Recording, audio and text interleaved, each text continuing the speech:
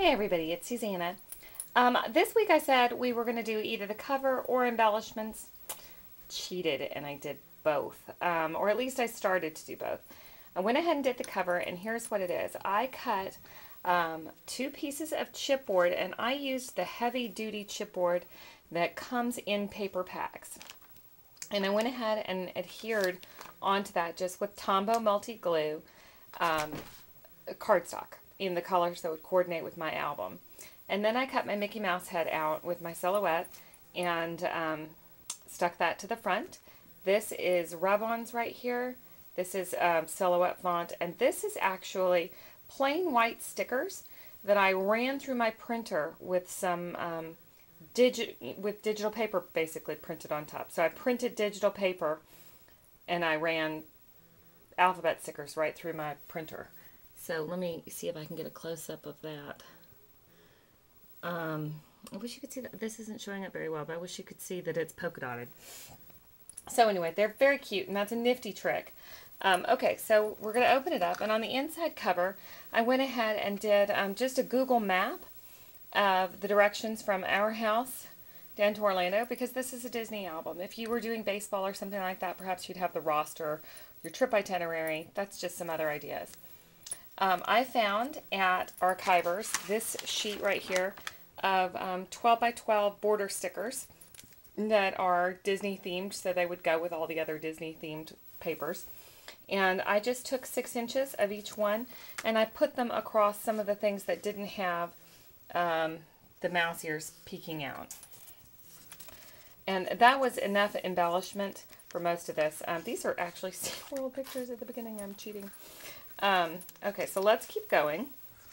And when we get to, here we go, I added as an accessory some transparencies, and I went ahead and glued my arrow on the transparency because I didn't want, and then here I put another one on the back to hide the glue, because I didn't want to go ahead and stick directly on the photograph. So I went ahead and did it on transparency.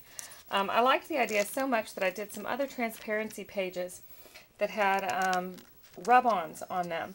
Now I'll tell you, the downside to that is you see the white backs when you flip the paper over, but it keeps it from actually being a permanent part of your layout, and if you don't like it, you just rip that page out. I thought that was a good trick. Okay, so let's keep going. A little bit further down, there's some other transparencies in here, but I have a nifty add-in that I thought you guys would like, and I'm going to have a tutorial on this at the bottom of this video. But I went ahead and made a spinner page, and this is like a standard spinner card, but you spin this. It says Vacation Memories, and then down here I'm debating whether or not I'm going to put the words favorites. I was going to put what's your favorite, but there's too many letters. I wasn't in the mood.